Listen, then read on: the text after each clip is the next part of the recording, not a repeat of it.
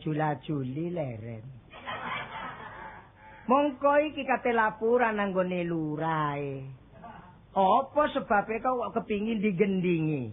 Sebab aku wong blater. Sadurunge dadi kami tuwa pancen blater. Lungguh dik warung ambek sak koncoan. Kapan sampai aku diborki mulai step aku. Pancen jari bapak ngono. Ya, hayah. Hati-hati kon yo nek kapan mangan ngombe di warung ojo sampai keborekan le. Kok nek sampai keborekan kon hati-hati tak gepuki ngono kan. Lah mulane bareng wis iki kate mlaku nang lurah dadi kami tuwa iki, lek gak digendingi gak enak. Masih ono terop lek ono hayah gak rame. Usume wong wis padha mule aku gak mule. Pancen gak duwe cuwek gawe bowo. Apa sebabnya aku kate laporan kok njaluk digendingi pikir susah rek. Jadi kami tuwa, jenenge wong jadi kami tuwa gak duwe bojo kepingin rabi, bareng wis rabi duwe bojo 3 wulan mati. Lho, iki ana wirayate rek. Lek pacarane 20 tahun. Rabi 3 wulan mati sebab ngene. Biyen wis janji bojo, Kak, masih besok dibeganjar ya apa ayo tetep wong loro. Iya, Dik, ngene aku. Bareng wis dadi manten padha gak nyambut gawene.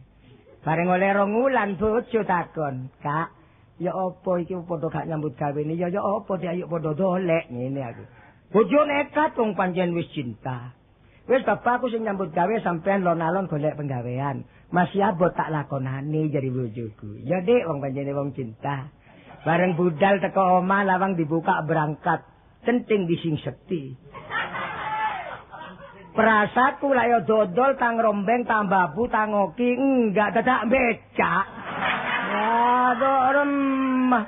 Tak larang bi aku lo tak larang gak gelem polahe kayane akeh. Kemululusan sampai mati. Bareng wis mati oleh 3 wulan oleh 15 dino gak kuat pikir tok ketokan ngelencer aku. Ngelencer ono di expo kono. Wong luar biasa, wong lanang wong bedok, lanang tuwek enom kempong perot akeh. Bareng teng petengan melaku tak tuteno. Wah iki jange gantine bojoku bapak, masih durung oleh 1 sih aku rabi ae ngene aku. Wong lanang pancen nakalan. Masih sumpah nakalan. Yo aku iki wis. Tak tutno, golek pawakane kaya gitar. Gelungane cioda tadi zaman kuno. Selendange pelangi tak tutno bareng wis sepi tak dolit. Perasaku lek wedok dadak warimun. Wah, cilaka. Wis kapok aku wis kapok. Lek ngono jajase rek nduk glenung rek. Ndung glenung. Jajal. Iki jajal tapi swara wis entek. Iki saking dipaksa aku. Engko gak gelem dikurangi bayar.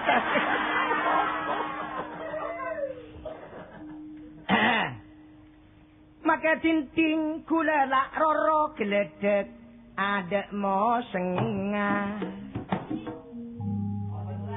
Jok susu guyu dhisik. Make ratin sing kok tak tero mung candek adek montengah. Kok maki guyu kon peksore wong gak ngerti kok. Ini maki dendeng aku gak seneng. Kating gladak gak ono garangane. Lek cara Jawane. Maki ayu aku gak kepingin bareng tak candak kan ono brutune. Lek pas diterusno pola brukong.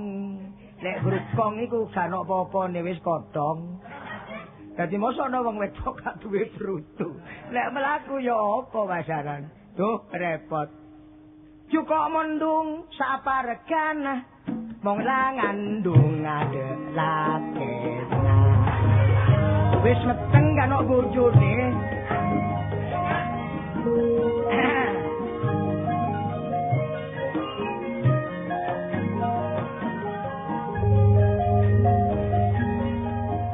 Pangapora meleapen jung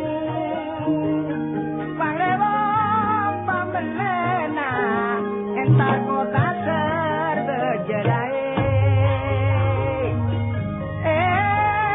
pangapora mulai ngejung Pangrewo memberdasala nyon pangapora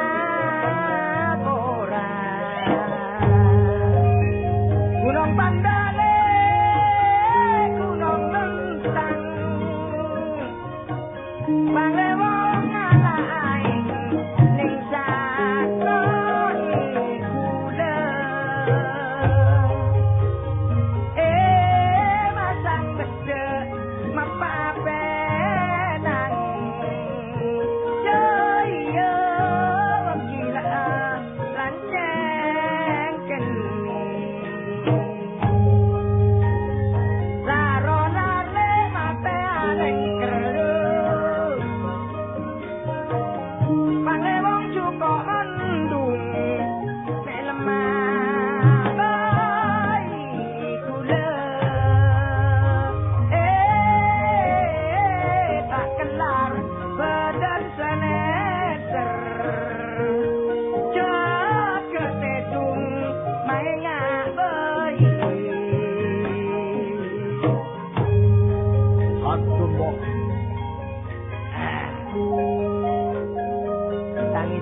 Pancen eling ae. Wong pancene wong cinta.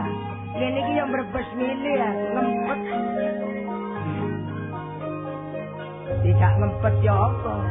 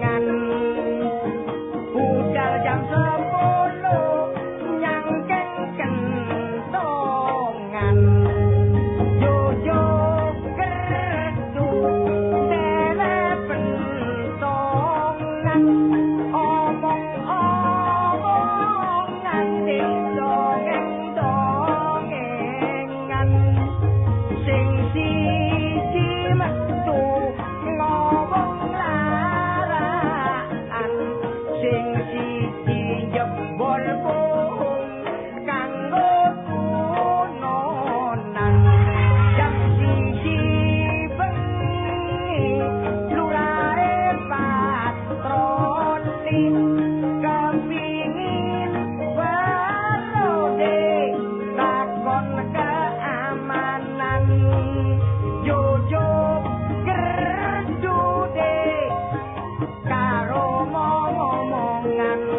sing kadung turu ngorok banter-banteran Pak Lurah gugah wong patrol geragapan siji tatonde urange pangan Pak Lurah takon yo apa kaamanan wong turu tangi gragapan yo pentongan kliru kunonan aduh kesel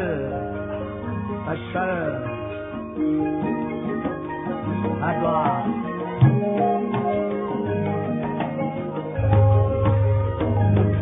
lo nangan di pipo mang habis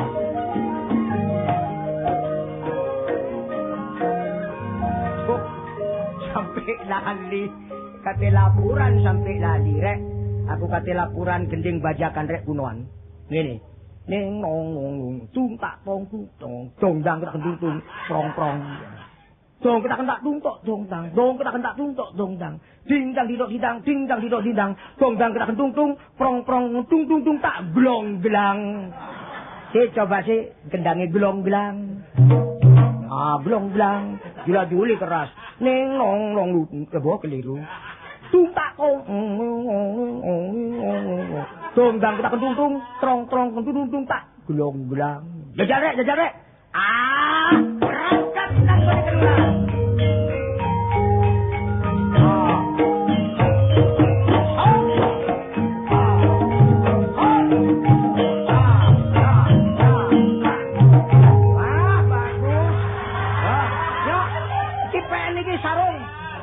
sarung sama rendah iki pen.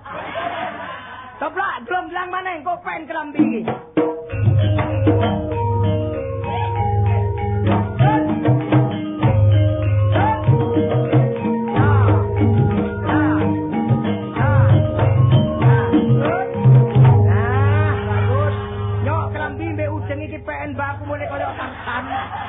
Kaya Tarsan Kuto. Coba sepisan kas berangkat.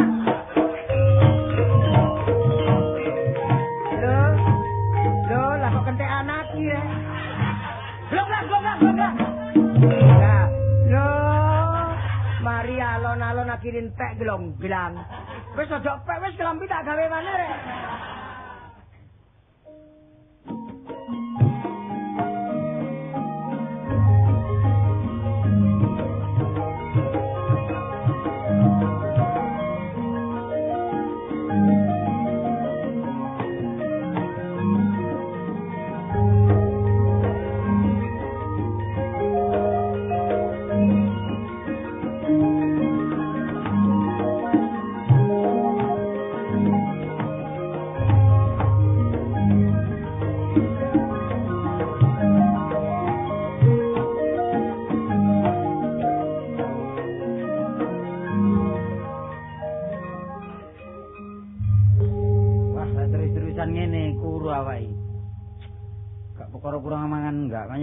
Gak enak. Bengi gak iso turu, kepikiran. Wong lek wis kena penyakit cinta wis ta, sapa ae. Lali sembarang. Lali apa sembarang gak duwe. Gak lali kok jenenge gak gablek. Cuma sing penting niat, masih gak duwe lek duwe niat lho. Wis ah, umpamane aku kepengin sepeda lho lek duwe niat, masih gak duwe apa-apa. Ya cuma kepingin tok. Tapi wong antas sing ini karo aku lho, derajate ya padha cuma dek iku rondo, masih rondo gak peduli. Aku biyen semboyan, gak kena perawan rondone. Ben wis tau pacaran barek aku. Wis tau tak kei tanda mata. Ali-ali, cuma ya ilang matane. Cuma ya emas, tapi yo gak akeh, sak gram ya. Tapi ya sepuan. Tapi gak kena semono, wong cinta gak perkara donya. Sing penting ya berpaduan jiwa di antara jiwa. Situ cinta saya cinta kawin beres. Iki kapan kawin iki? Lek ngomong ya iso ae tapi pelaksanaan iku angel. Dinane iki aku semayan. Panjenengan dhek karo aku ben wis jatuh karo aku. Jatuh cinta. Cuma ya alangan aku nang Kalimantan karepku ya golek syarat ge rabi. Tetap bareng nok kono Aku krungu-krungu wis dirabi uweng. Pas nene baseman aku lek uweng. Loh, Pin. Ngomong dhewe ngene kene lho. Ku nanti-nanti di pinggir kali Wonokromo. Kok gak enak muncul. Nek lumayan lho nggone gak enak tok. Lah iya. Lupute ngisore tol lho kene. Lah iya. Anak bis larat. Lho gak apa-apa, sing penting lak gak ketara ta. Dadi delok teko dani gak ketara lek pacaran ngono lho. Sak rempon. Ngawur terima nang kate adus. Oh, iki lek ana sing nyekseni ah, mbok nono anggang-anggang to bajul bareng lak ero ta. Oh, wis panjang kono ono. Sakron. Ngawur. Kon kebro sanggo lewo kon. Ngono wedi aku lho. Aku iki sanksi lamen niku, sope gak tau tepat. Lho biyen lah. Ojo main biyen itu karena kebutuhan. Butuh apa? Bukan karena aku melarikan diri, karena ya karena apa aku iki? Lah iya, sampean janji sampean tinggal nang luar Jawa cek suwene gak teko-teko, gak kirim surat. Nyambut Sampai gawe. Aku mau nyambut gawe apa? Nyambut gawe ya kanggo syarat iki karepku. Saiki wis oleh donya, saiki rabi dadak kon wis dirabi wong. Lah iya lah aku nuruti karepe wong tuwa, lah ngenteni sampean ae ya apa aku. Wis gak ono salah ta. Wong tuwa iku gak ono, wong tuwa iku njerumusno ke jurang kesengsaraan. Gak ono. Tapi akhirnya ya aku gak seneng ya apa. Ya cek ro rasane wong tuamu. Nah iya ya gak serasi. Dadi mulane lek gak oleh dhewe kadang-kadang gak bahagia. Makane. Nah ngono, kadang-kadang oleh dhewe iku tuku sarunge angel ya ono. Cuma bahagia kan ya. Iya ya usaha sik carane. Lah saiki sarane kon wis ditukokno surat karo bojomu. Lah aku menanti. Tapi lah men lak sik gelem ta ambek aku. Loh, gak kena prawane rondo niku. Nah, masih aku janda-janda bersih kok, Mas. Iya, wis. Suci aku. Iya bersih wong gak wis gak apa-apa ya bersih. Soale kon lak kate anu aku ta. Loh, ya apa sih? Sumpah aku gak rayuan iki temen. Ketok saiki aku capilan pulka barang iki ya kon. Sampe pulka iku ndi? Boleh kaya ubah zaman biyen. Sampe temen ta ambek aku. Wis saiki sumpahku kon dadi apa aku sanggup. Dek sampama aku dadi kembang, Mas. Sampe dadi apa? Aku sing dadi ulere, Dik. Wis ta. Iso mekar wis kembange puret. Gak ngono iku lho, kalau kamu jadi bunga aku jadi tangkai. Nah, kan gitu. Wis ta, dadi apa ae kon iki? Kalau aku jadi Sinta, Aku jadi Rama. Rama apa? Hah? Rama apa? Rama tambak. Ya Rama Sinta iku lho. Rama Sinta. Iya. Aku dadi Rara Mendut sampe Aku dadi apa? dadi Klono Citra. Kon lu Citra. Endi sih? Citra sing ngenong lho. Nanti saiki ya wonge. Sampe niku mblakal to Pak Citra barang. Paling nduk THR kono lho glibet. Lah saiki dadi apa sih sing paling Sampama aku dadi intai. aku sing mengin. Hah? Mengin. Kok mengin sih? Lah kon intai aku mengin dadi mengintai. Aku dadi sampik. Sampe dadi sampik lah bonge lho endi, Mas? Bonge kok pamanku ae. Soale Gak ngono. pamane gak lak gelundang-gelundung ae. Iki sumpah serius lho sampe ngono. Serius, Pak. Perkara bong kok tak golekno mercon, paman jumeti mercon ae dadi bong. Gak wis aku percaya nek men cinta ambek aku, ya nyatane ya kembali padaku. Lho, saiki kon dadino bulan dah paribasane. Nek aku dadi bulan sampe dadi apa? Dadi mendungi, Dik. Lho, lak peteng. Ya didelok teko Tanjung Kodok kono. Malah grawono lah. Enggak, wis kon lek dadi bulan aku jadi bintangnya, Dik. Akan gitu biar cerah. Lek kon dadi segara aku dadi uyahe, Dik. Dadi kari golekno lombok. Iki sumpah apa iki. Lah iki sirang gak pokro. Wis meneh. Sirang wis Gak cocok. Nggon iki gak cocok wis ngale nang kulone beno wae. Sumpah-sumpah nduk iki lho nggo apa tertek apa mbobo. Ora ono banjir. Aja ngono ah, yang golek nggone tepat sampe dari rono ku ya apa? Iki ono dhuwit didik. Iki Iki duwe apa? ono di 10 meneh balekno 15 ya. Ya ndino wis mana? Tanda mata. Gak oleh saiki. Gak, iki lho dhuwit 10 kanggo tanda mata. Temen ta? Tukon orok. Wis perkara orok gampang kok, tak rokno asem wis gampang. Gak usah mas meket kembang kok dirok. Engko perkara orok tuku dhewe sementara, lah ndukuran ya tuku dhewe ya. Apa ndukure? Ndukuran kok putih sepatu perkara sepatu tuku dhewe dhisik ya. Kabeh tuku dhewe. Ayo gampang. Sampe tukane ku ndi? Engko aku tak nang pasar ya. Napa nang pasar? Gemilan nang pasar malam iki. Engko tak golekno. Buka kelas niku. Heh? Apa? Buka kelas. Ngawur dodol pasar kok. Lah iya ya apa sih nyambut gawe tepak sampean iki nyambut gawe apa sih sing bener iku? Wis perkara penggawean gak perlu awak murus. Sing penting lak kayane. Kok dirahasiakno sih? Iya, wis gampang kok dadi bojomu aku mesti kayaku gede kok. Mulia nggawa akeh gede mesti. Kadang-kadang nggo lesung kentongan bareng. Kok dhuwit lho dhuwit. Oh iya dhuwit gede. Saiki ngene, engko jam 10 aku nang nggonmu ya. Temen lho ya. Jam 10. Engko lek keluar jam 10 seprapat tutupen omahe. Sing penting ku resmine, aku ki gak enak Mas urip nduk kampung ku riwari lak delok wong. Ya, mulan aku kok nggawa rok ya nggawa sepatu barang teko pasar bengi jam 10 aku tak rono. Jam 10 bengi lho ya. Iya, wis mangko tak tutup lho ya. Iya wis. Dewe. Sampai aku kan. Oke, Pak. Sampean, Pak. Apa aku? Pak bayi. Pak Bayan. Waduh, kon iku penduduk kene mbok iso ngajeni aku po kon nggih, Pak, sampean, Pak. Nggih. Kon iku wedi yo rek ambek Pak Bayan. Kenapa? Wedi yo. Aduh, Pak Bayan entek melet to, Nduk. Terus kan wedi. Ya apa Pak Bayan iki lho kek ono rai. Oh, ditambahi. Raine kurang. Dicun-cun ayo. Topeng ya nampa topeng. Mosok rai ku mangkari kantil ndek bis kono, Mang. Nek kek rai Pak Bayan. Ya apa kon iku lho iso nglungguhno aku rek. Nglungguhno kan cuma. Lho, wis. Lho kon gak nglungguhno ngentepno kon iku. Soale biyen sampean kali kula lak kanca Pak, sampean niling ki. Kak, biyen wong sithik saiki wong sithik kele-kele. Sampean duwe cakepan terop kula mbon sampean bayar biyen lho. Lamongan sampean para Pak Lik biyen lho Pak Lik. Kon iku ngomong belakang. Wis, kon niate gawe rusuh kampung kene. Ora napa sih, Pak? Kon ojo kon baleni maneh. Kon ku wedok keluyuran ae kon. Lha enten perlune kok mun asal keluyuran. Gak usah. Ngomong ya ndelok waktu, itu waktu jam piro iki? Nah, kula ngomong napa, Pak? Rusuh napa? Aku krungu nek kon ngomong jam 10 menit. Nek aku gak merono rawange tutupen. Kate lha apa kon? Meneh. Jange berbaut kon. Ayo bermur. Eling. Berbaut nyulak mur apa? Ayo ngomong apa kon?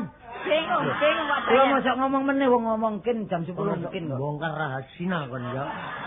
Ayo. Hmm. Ya apa nyeng deh. Lho, lho. Ya napa sih kok diusir? Gak usah. Nggih pun kok. Enggak sih perlu kok. Ya, yo gak krungu, kan ora krungu Pak Bayan. Dublek. Aduh, gak dadi bayan kan ajine perkara bedes belek iki. Wis. Ngeten lho Pak Bayan kula niki mboten nyandelek. Niki lak mboten kada bojo ta. Lah kula nggih mung kada bojo. Kula jenenge jam melapik kok. Mboten kula ora-ora Pak Bayan. Napa elek sih lek kula ngrabi arek niki? Lah kan ora tau tak seneni wong tuane omonganmu. Lah kula damel apik ta. Lah sampean lak selaku wong tuwek niki. Iya tapi kan aja ngono di kampung iki. Wong kampung bendina kan ge semayan. Ayo mulai. Lho, nek aku sing nglarang ngono. Yo. Sapa kon? Ngimun medenteng sampean ngomong banter-banter untuk sampean mencelat. Gak wis mari tak permakno iki. Pak, nggih Tin tak tinggal ya. Iya temen lho ya. Sampai kena pengaruh sebab saiki iki wong iku akeh, ngono lho. Wong iku akeh ngomong kamu kok nglibet ae sih lho kon iku lho. Lho, mboten. Kon iku tak larang, aku iki selaku bayan di kampung kene iki. Nek Pak Bayan ngomong sak kecek mbok gugun. Nggih, kula niki mboten ngomong aku coba Patir kula kena pengaruh sebab wong cinta nula abot tak Bayan. Oh iya. Sampeyan juga tau ngakoni tak Bayan? Iya ya. Lah nggih, gak tau sih sampeyan niku. Kon iki ngomong ta medeni aku kon iku. Lah lak tau ta. Mulai dina iki aja dibaleni maneh. Ayo mulai Kartolo. Mbok Bayan gawe hati-hati. Bayan. Bayan ono hati-hati ini. Godek sepatu ya iki. Dek tak tinggal ya, Dek? Iya. Pak Bayan, halo Pak Bayan. Yes, mulia. Sampai ketemu lagi Pak Bayan. Wah, masih gak ketemu maneh. Puntene mau Pak Bayan. Aku gak nglarang lho, Nduk, aku iki, Nduk. Mbok emano kon niku karo kon niku gak elek-elek arek lho sakjane. Dadak kon dikenal arek ceketer-ceketer. Zaman saiki ku ya ngene ya, ojo murih gantenge, gagahe. Sing penting nyuwargakno uripmu. Karo kula lak ngoten ta lah, sinten sing purun kali kula. Lah gawe apa kon dirayu arek kaya ngono? Kon iki pantes-pantesi, sak pantes-pantesane lho. Sak rendah-rendahe kon iki digawin camat. Tapi kon gak duwe derajat. Sama keselaken aku. Terus dadi lurah, dirabi lurah kon. Mboten kira nek kula dadi lurah Pak Gak, Bayan. umpama kon dirabi lurah ya gak duwe derajat. Oh, tapi dereng cocok nggih. Cari ya durung pantes. Lah sing cocok. Yo sak rendah-rendahe kon iki dirabi. Lho, Bayan. Lho. Bayan sing kira-kira koyo sampean ngoten nggih. Lho masih gak kaya aku, umpama aku ya kenek lah. Mboten apa-apa sampean ngomong mawon. Wis perkara pakaian gampang, sepatu wis ayo nang Wonokromo. Sampeyan kembasaken. Gak ngenteni ngesulno dhisik lho. Sampeyan iku eblak. Gak mater nek tak rabi, Dik. Lho ya apa? Gabah di omah iki wis kari rong tompo lho peken wis babah. Rong tompo. Iya. Sampeyan iku gabah ditawakan mbok berase. Lho roh omahku tak tingkat. Pundi? Lho lha iko, sebelah iko. Ya apa? Lho iya itu lah terus karepmu ya apa? Lho tinggal nyingkrih temen aku iki. Nyingkrih gak pamitan. Wah kini iki temen wis kadung mancep karo Kartolo. Tapi nek gak tak lapurno nang Pak Lurah nang pendopo kelurahan, kampung tetep digawe rusuh. Sing apik lapor nang lurah nang cari. Dene lurah gak percaya, wis tak umukane, perlu nek cek ngandel. Beres wis.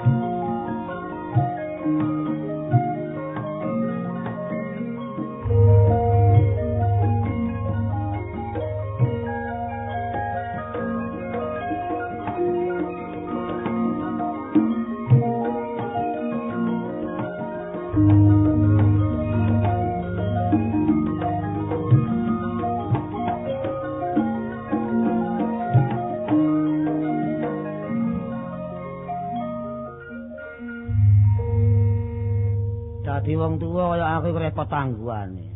Lah ya gak repot ya apa? Wis bengi gak iso nurukno awak rene. Pemane aku dadi lurah. Sing jaran dadi lurah iku mesti kudu aktif rukun bare penduduk. Sampai gak iso konferensi barang aku. Sampai gak iso rapat barang.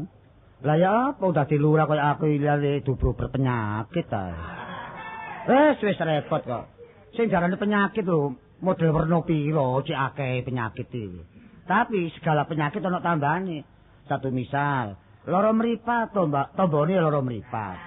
Obat mripat. Lara untu tombone obat untu. Lah penyakit ku aneh. Repot tambanane penyakit gatel iki.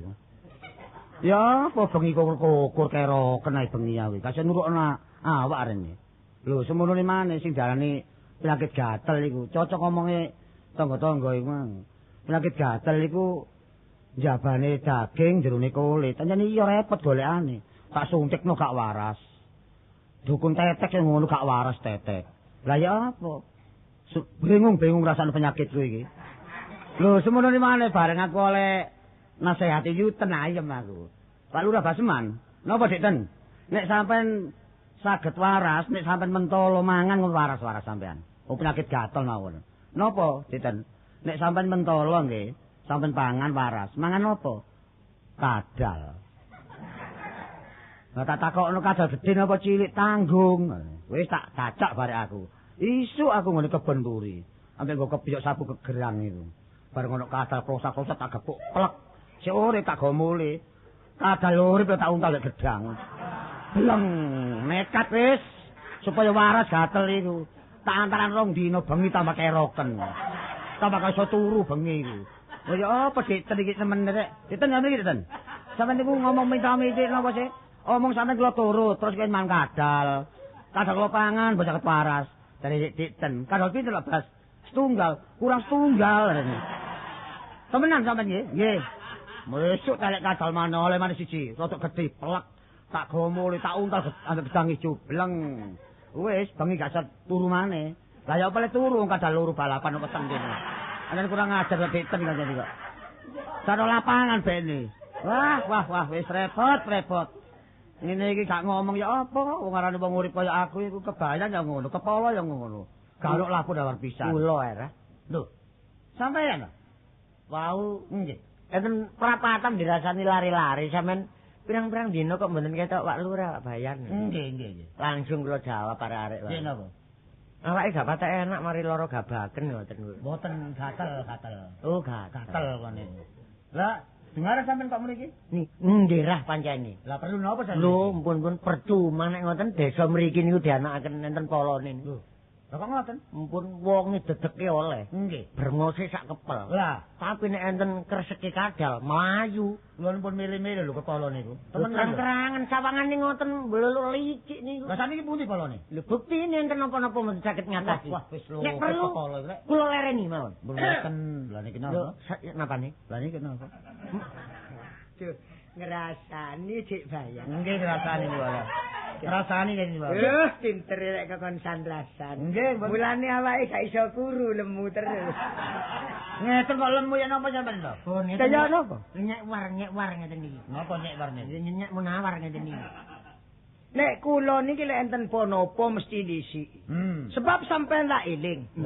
Sakniki dugi pemerintah dientenaken siskamling. Lho, seluruh. Lah nggih, lah kok sampean kula dirasa lek enten ponopo mlayu dhisik ya napa? Lho. Kula wau ngomong napa sih Lurai? Ngomong mlayu dhisik ngoten kok. Sing maksude nek enten napa-napa misale ribetan napa-napa. Lah. Misale enten tawur-tawuran. Lah. Polo mlayu dhisik ngatasi Ngoten ta. Nggih lek sakniki. Lek wau lak boten. Brengose sak kepel ana apa-apa per ngoten. Lho maksude niku brengose sak kepel nek enten napa-napa per enteng mlayune kula. Sing enteng sing ngrasani. Ada. Mangulo dengan deng niku lek mboten dicukit mboten iso ilang. Ngerti ya Terus ngrasani terus. Kula ni wong sabar, tapi nek nggih. kesabarane terbatas entek. Lah ini. lek pun sabar kula entek mati lurae yo napa sampeyan. Pun ngeten nggih Dik Kala. Yo no. Kali bayan pisan. Nggih. Sing penting kula takon yen napa keamanan desa niki. Lah Nek boten kula sing ngatasi, pun tetep rusuh desa mriki, Dik. Cocok nek ngoten ngomong sampean niku. Lah polone napa polone? niki lak ngeten nah. Tak pikir-pikir lek nurut lapurane kebayi anu kebayan niki.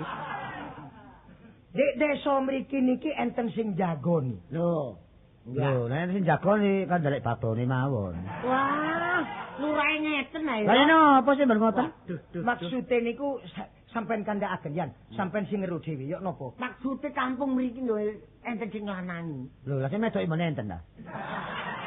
Ngene ae lek ngoten yan, sampean kali kula dadi wedoke, lurah dadi lanange.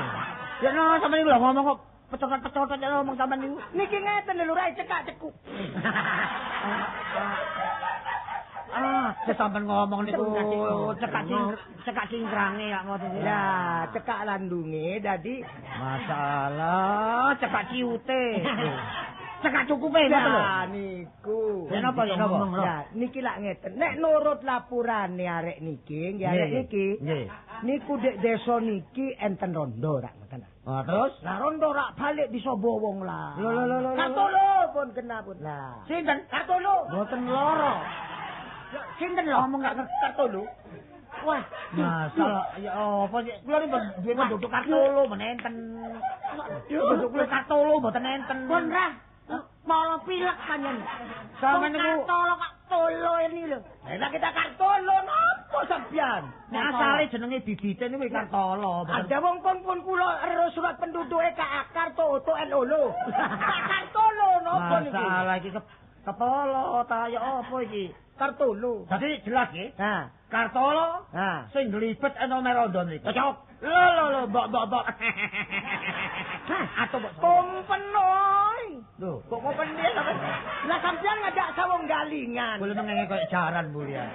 Kalau ndep-ndep friend, lho malih sawung galingan. Polo kebayan. Nggih. Sampai semerep kedudukan kula. Semerep kula adalah kepala desa. Nggih.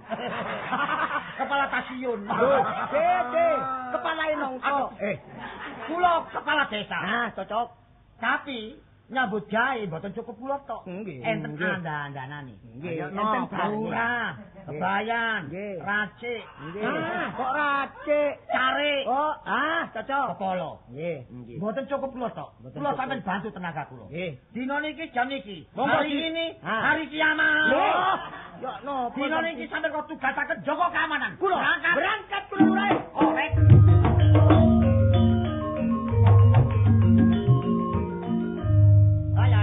Yan. Sampeyan kok nek ngoten. pun atik pilih kasih. Lho mboten. Pun atik jijik kali penggawean. Lho lan napa? Nek kula kula tugasake jaga keamanan, kula bayan berangkat jaga keamanan juga.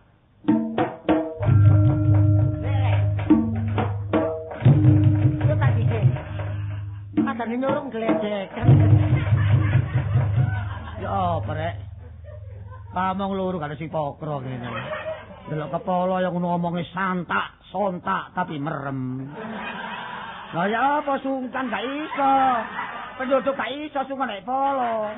Moko sing dalan brengose sak kepersese mesti wong iku mripat ombo lolak lolok. Wong dilirik tiba, wong dipendelik semaput, ndi bisa wong sungkan. Wong kepala wis ngarembes ngono. Kepala kok ngantuk ae. Delok bayat ya ngono. Mesti kebayan iku adalah termasuk polisi desa. Nono uwar-uwar do kerdu, ono kerja bakti, mesti kebayan sing merintahi. Lah ndi bisa wong ngono kebayan koyo umplung ngono. Ah, rebut cukup. Kala berangkat jaga keamanan. Kebayan jaga keamanan. Hah? Aku tak ngeleset.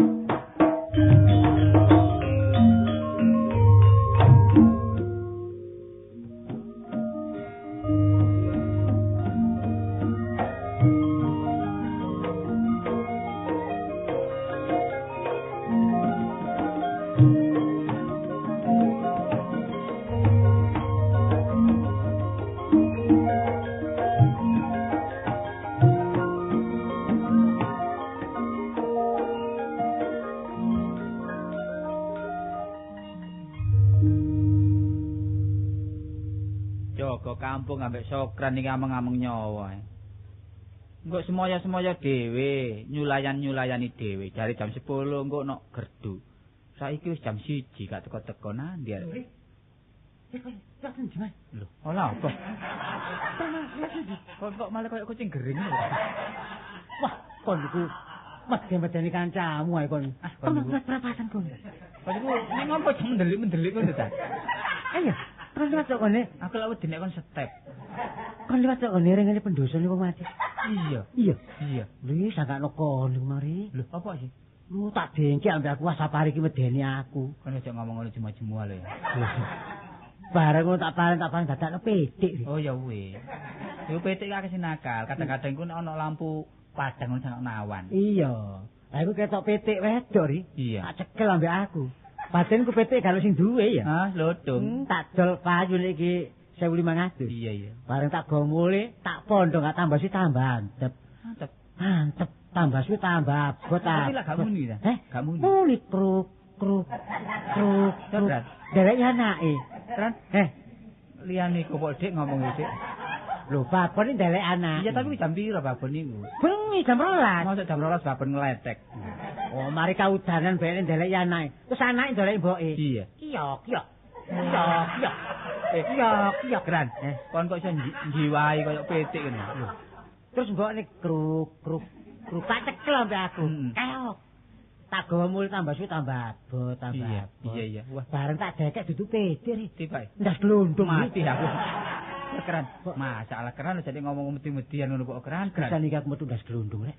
Kon niku liyane wong medi apa? Oh. Lho, liyane wong medi wong kepethuk wong medi arek kon niku. Zaman saiki wis gak iso wong medi, saiki lak sing rumbuk-rumbuk gawe bangunan kabeh. Iya, wis dibabati. Ngomong soal pangan-panganan ta apa, Kran? Pangan-panganan? Iya. Mangan apa? Sing paling enak ya mangan soto. Soto? Heeh. Oh, nek mangan soto gak kaya soto babat iku ri. Kadoan kan tuku rono, Kran. Lho, soto babat. Oh, babat ta. Iya, babat soto. Babate wedhus barang. Iya. Kuwinane ono mung andok nang kono ri. Warung wandok entek imbu mandi. Wong wedok. Ayu, Kran. Wah, ayu. Jane pacarku wedok iku. Masa kon pacaran? Iya. Kok kon pacaran? Pacaran yo apa sih? Pacar iki yo gendaan lho ri. Wong gendaan yo pacar. Arek Surabaya karane pacaran ku gendaan. Iya, jaman saiki pancene jaman. Ya halusno karepe iku. Bareng arek wedok iku tuku soto, entek imbu maneh, entek imbu. Oh, maruki mari loro kan.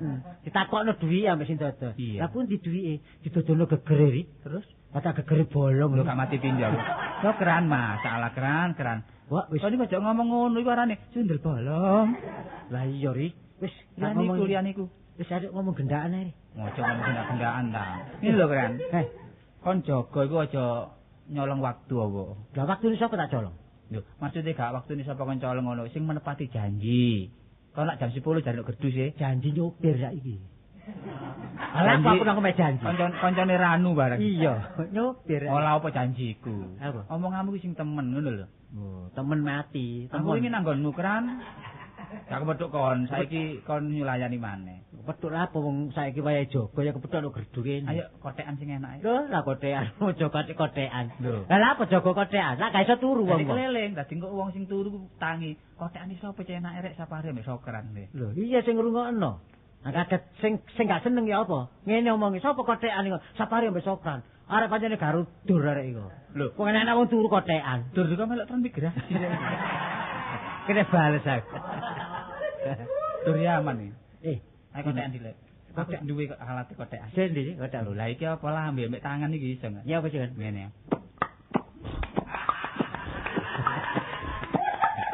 Lho iki kotekan. Nek kon jangkep seminggu nek ngono entek lambemu kon. Nyarukun.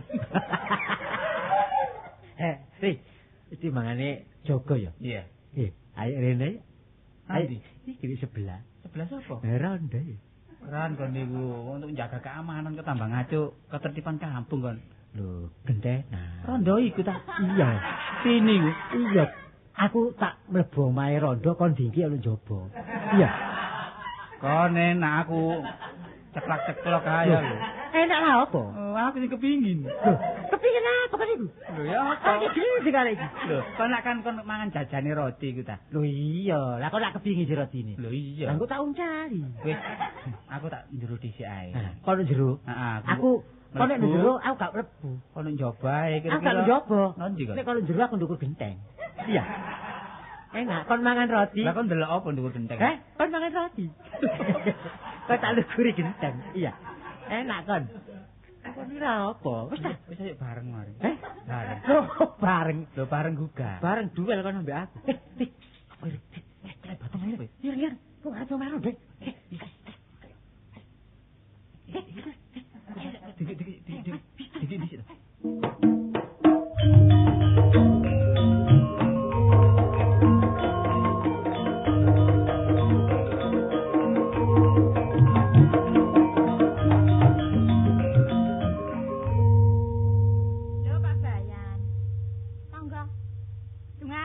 Piro?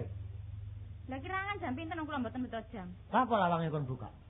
Lho nggih kadenge sing lawang-lawang kula dhewe. Lah kula buka, bah kula tutup. Nah iyalah apa kok.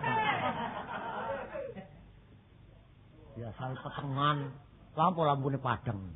Ambekan sampeyan ngurus lampu, bah kula pateni, bah kula banting lampu-lampu kula dhewe. Nah ya suwe-suwe kok ngecuwes ya aku iki. Iku kamar sapa ae? Kamar kula. Sing ngarep iki? Lah kamar kula niku sing padang. Nomor loro. Kamar Toyul. Pak, wis tak grosakne. Sampeyan niku lan apa? Lho. Rasakno. Enak yo. Wis. Aduh. Napa awak bayang? Wis.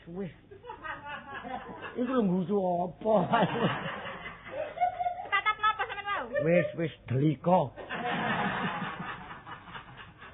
Ambekan sampeyan niku lho, kok ngantuk nggih budaya mriki. Mbok tilem-tilem napa sih? Wong remeng-remeng arene. Ketok klebate Kartola iki. Lah napa sih mbone tiyang kok? Kon ngaku sapa iki? Pun get-get pun remok ngoten kok. Wis, tanda pangkatku bengi iki tak gawe. Lho, nek pundake delon. Nek pundake. Sampeyan iki lho curiga napa? Wong kula niki nggih ijen. Iki strip piro sing tak gawe delon? Sampeyan pasang dhewe sing lan strip niku. Bayan strip 7 lho iki. Sampeyan ku curiga kali sinten? Kok tolat-tolet. Iki ya apa? Wong patroli ya ngantuk lho kene. Ngomong kok kelangopan ae aku. Sampeyan tilem teng mriku lho. Tolo gak ono mrene tenan. Sinten? Kartolo gak ono mrene tenan. Sinten lan apa ditakon Kartolo teng mriki niku? Wis nek ngono menisuk nek diteriak arek beras. Napa? Beras? Lho gak ono bubune sak iwake meneh ono sing ngetri dhewe. Kangge sinten? Lho gak ngono ndek pasar. Butuh apa sih kok nek? Wong foto nggih sembarang apa ya jenenge wong. Ngene lho, Nduk, wong urip ana donya ku dunyane numpuk-numpuk tapi nek kesepian ya gak enak. Ayo ta belajar maca ambek nulis. kon. Kepinteran ta sampean muri kula nulis niku sampean dhewe mbon sak nulis ngono. Lho gak ngono kon sinau aku tak leyen ndek mburi kono. Lah napa sinau kula mboten sekolah kok. Nek kon gak ngono nek buku duwe kon nek petelot gak duwene gak petelotku iki. Petelotku gawin. Aku tak leyen ngono. Niki petelot ta duwe kentok sing. Ngene sak meneh gedene. Ngene tukune masak luar negeri. Gaenan kene. Produksi sampean dhewe nggih. Lho iya, gaenan Sedayu. Pak Bayan iki ono-ono ae. Loh, ya apa adakno? Pak Bayan. Sopo? Sampeyan niku semerap mlebu mriki wau, malah digropek wong ya apa? Iki ngene kon gak duwe genduk gentong. Gentong. Kendil. Enten gentong niku tapi enten banyune titik. Enten banyune titik. Wis aku ngerno cek bekutuk nek ngono aku. Nggih, pun niki. Nggih. Salah dhewe mlebu lawang dikancing. Ayo rek, endi? Nah, iki lho. Hah? Yen mriki. Wah, lepure nih. Mau kalo ning ngene iki mau kalo. Pak Polo, enten apa? Bapak ngasih. Ayo greweli. Greweli ketara wis merah muda rupane wis. Oh, sampeyan urus, Bun. Kene tak urus e. Nggih. Kon wong wedok temen. Nggih. Oh, bener iku ya wis. Oh, sampeyan ngurus persoalan ta ngurus wedoke. Lah ya apa? Lho, sampeyan ngurus enten wong mlebu mriki niki lho. Ya apa lek Enten wong elek mlebu mriki. Oh, nek kene ana wong elek mlebu kene, Nduk. Lah sampean niku kegantengan ta mboten ngocok. Iya, ya aku ya elek iku. Lho, kok elek iku. Boten ngoten, mriki klebon wong lanang ngoten. Kene klebon wong lanang. Nggih lah sampean wong telu niki wedok ta? Iya lanang, bener wis.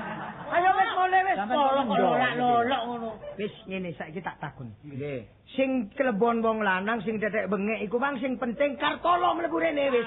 Wis sing wis iki. Lah napa Jakarta mriki niku? Ayo ngaku ta. Lho, iki kok ana sandal. Nah, Sandale sapa iki? Sandale bapak. Wong bapake gak ana wis suwe kok.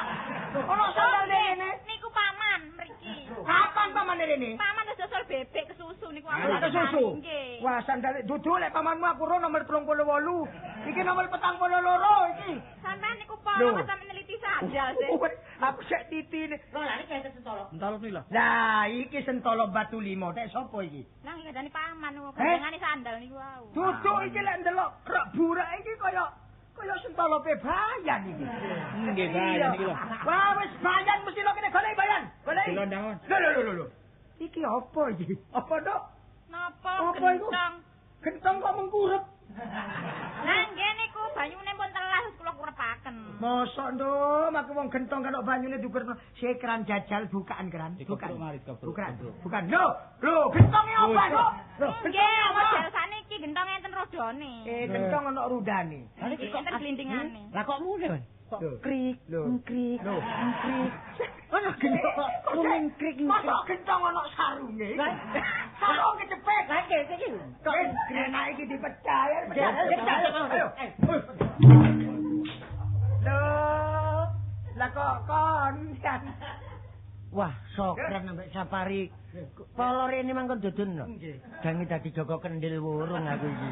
Yo pintere bayan. Yo wong bagus, ana yang sampel.